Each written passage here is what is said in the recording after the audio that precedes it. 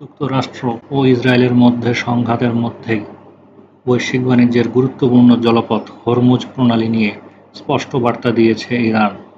Hormuz প্রণালী ব্যবহার করা কিছু জাহাজ থেকে কর হিসেবে $2 মিলিয়ন নেওয়ার সিদ্ধান্ত নিয়েছে দেশটি, যা বাংলাদেশি মুদ্রায় প্রায় 24,57 লাখ টাকা। নতুন এই কর ব্যবস্থা ইতোমধ্যেই কার্যকর হয়েছে বলে জানিয়েছেন ইরানের পার্লামেন্টের জাতীয় নিরাপত্তা কমিটির সদস্য আলাদ্দিন বোরুজার্দি। ইরান ইন্টারন্যাশনালের প্রতিবেদন বলছে, ইরানের রাষ্ট্রীয় সম্প্রচারকারী গণমাধ্যম IRIB-কে নতুন 24 কোটি টাকা কর আরোপের এই তথ্য নিশ্চিত করেছেন বোরোজার্দি।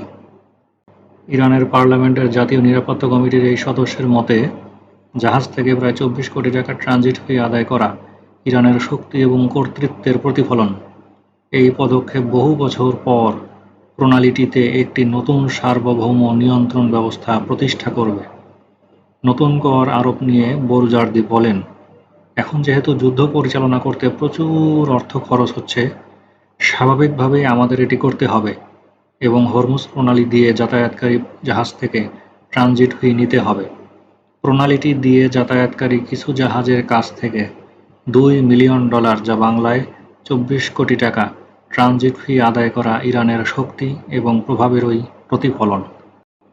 এদিকে যুক্তরাষ্ট্রের প্রেসিডেন্ট ডোনাল্ড ট্রাম্প ইরানকে সতর্ক করে জানিয়েছেন, 48 ঘণ্টার মধ্যে হরমুজ প্রণালীটি খুলে না দিলে যুক্তরাষ্ট্র ইরানের বিদ্যুৎ অবকাঠামোতে হামলা চালাবে। তিনি হুমকি দেন, প্রয়োজনে বড় বড় বিদ্যুৎ কেন্দ্রও ধ্বংস করা হবে। ট্রাম্পের জবাবে ইরানের পক্ষ থেকে বলা হয়েছে, ইসরায়েলের জ্বালানি অবকাঠামোও ইরানের হাতের নাগালের মধ্যেই রয়েছে এবং একদিনের মধ্যেই তা ধ্বংস করা ইরানের পক্ষে সম্ভব।